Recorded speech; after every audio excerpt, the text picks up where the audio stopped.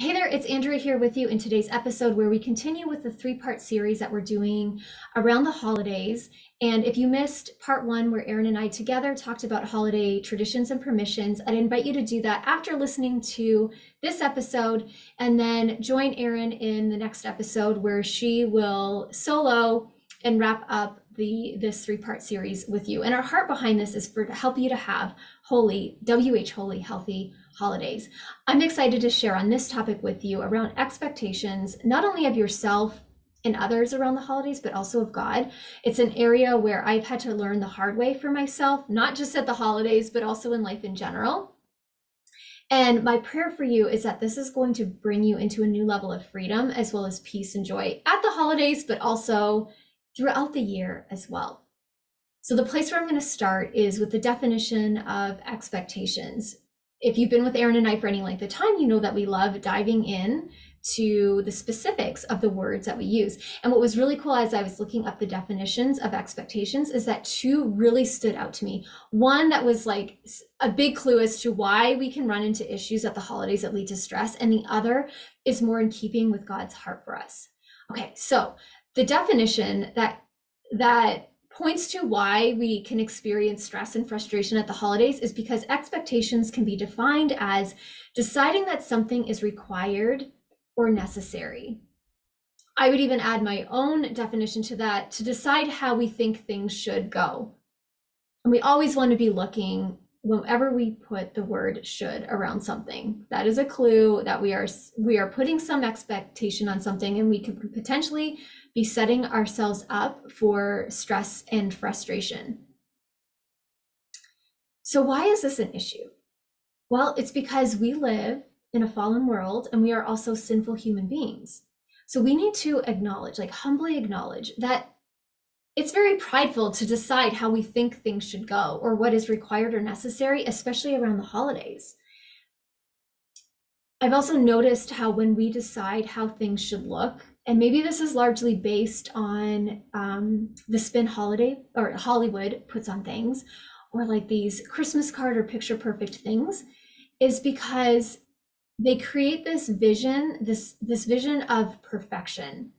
And we know the only place where we're going to see something perfectly lived out is in heaven. Where on earth we are to expect, it's right in scripture, we are to expect trouble and hardship.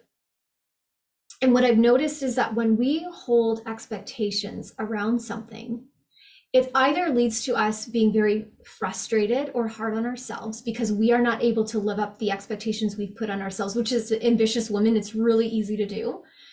Or it's going to create issues in our relationships because either we aren't living up to the expectations that we sense people are putting on us, or we are putting expectations on other people. And when they don't play the part and live up to our expectations, it creates tension. And then an even bigger issue is when we are putting expectations around something and maybe that circumstance doesn't go as we are expecting, and then we become frustrated with God. We start to doubt him. We may even become bitter toward him. And I see this happening especially in areas where we think in our minds that it should be a very good and positive thing, like celebrating the birth of the Lord is a positive thing. So when we put expectations around how we think that should go or what it should look like, and it doesn't match, maybe because we get sick, or maybe because there's arguments that happen, maybe because, again, those expectations that we are putting on other people cause that person to become angry toward us. So then we can start to say, why, God? Like, this is meant to be a joyful, peaceful time of year. Like, why would you let that happen? We need to watch our expectations so that we don't become bitter toward the Lord. And you can even see this right in scripture. But first I'm going to share the positive definition so that to kind of connect the dots. So the positive definition that is more in line with the Lord is to look forward to or to wait for. And that's exactly what the Advent season is about. It's to practice the discipline of waiting and looking forward to the Lord coming with expectation. And so you see in the Old Testament, God was very clear with his people. He said, like, look for me, I'm coming, I'm going to show up on earth. The issue is that the Pharisees had decided in their minds what they thought that should look like. and even the Jewish people around them, like people had their own ideas about what they thought Jesus coming to earth would look like, what the Messiah would look like. They thought it was going to be perhaps some political figure or like a king that was, and just having these ideas in their mind about what that meant. And so they completely missed what God did when he showed up as a baby, an impoverished baby in a manger. Like they completely missed it. They couldn't see it because their expectations didn't match with what God actually wanted to do. And so as believers, we also need to recognize, like, as we are in this practice of waiting for Jesus's coming back to restore all things, that even in the moments or what the holidays would look like, that we don't put expectations on God because we might miss what he is actually trying to do in and through them. That actually is about our sanctification and is about eternally what he wants to bring to fruition, what his purposes are. We even see in Proverbs 16:9, it says God can make plans in his heart, but it's the Lord who orders our steps.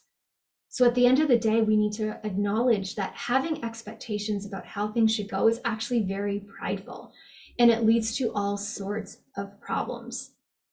I'm going to actually share with you an example, like a non-holiday example of what this looked like for me. So when I was 16, I learned that we were going to move over to England, and I was excited about that. It just seemed, I actually remember telling my mom, I was like, yeah, I'm ready for a change in my life, which is like so funny to me at 16 that I said that. And as we were waiting, we only had about 6 weeks between hearing the news and then the time where we were going to be over. And in that time, like I had built up in my mind about what I thought moving to England should look like. So then when we got there, it didn't match with my expectations, even though especially as a 16-year-old, there's no way I would have known what England would be like or would look like. And so when I was there, I really struggled for that first month, to the point where my parents were like, maybe we need to, send her back home, because she's like really struggling with this. So just even in that example, that was such a big light bulb moment, a learning experience for me, where it's like, whoa, if I'm deciding so firmly in my mind how I think something should look, that it could completely cause like depression or just not appreciating that gift, then that is an issue. So as I just close this out, I'm going to share with you some questions to think through, to help you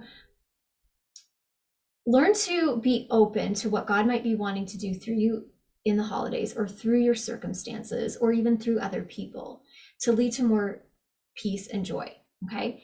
So in general, I want you to think about what expectations might you be holding that could be setting yourself up for disappointment or frustration.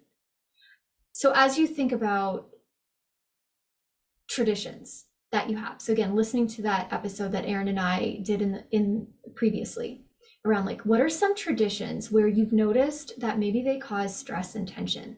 How can you let expectations around those go? Maybe what are some expectations around how you are showing up go? So that, or expectations that you are holding for yourself, where consistently you've just seen it cause you to be very hard on yourself or frustrated with yourself. Especially look at the expectations that you are holding for yourself when it comes to holiday gatherings, holiday foods, what you are doing for your body. Because Aaron and I have found that when we set very hard, high expectations for ourselves and we don't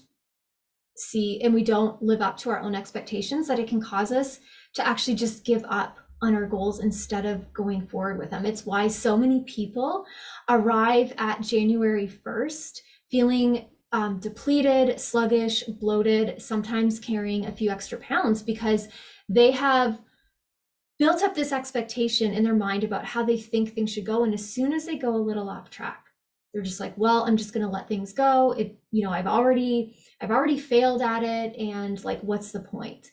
That's why expectations, we need to really look at those. Also look at the expectations that you are perhaps putting on others and where that might be causing tension in your relationship. Now, you can't control other people letting letting go of their expectations on you, but you can let go of the expectations that you may be putting on others. And then something to keep in mind, because we don't know at the recording of this episode, you don't know what God actually is going to do through you or around you in the holidays. And so if you find yourself where hard and painful things happen, because they do, we don't get a pause button on that, unfortunately, around the holidays. Look at expectations that you are having around God in that situation, and instead flip it around and look for what God might be wanting to do in and through that circumstance. Okay, so these are deep questions. You may even want to go back, write them down, and journal on them. And then we would even love for you to come into the Holy Healthy Christian Moms Facebook group and share that with us. Share a takeaway or an insight that you had from this. Okay, so that's all I have for you today. Erin will meet you back here in the next episode and conclude this 3-part series.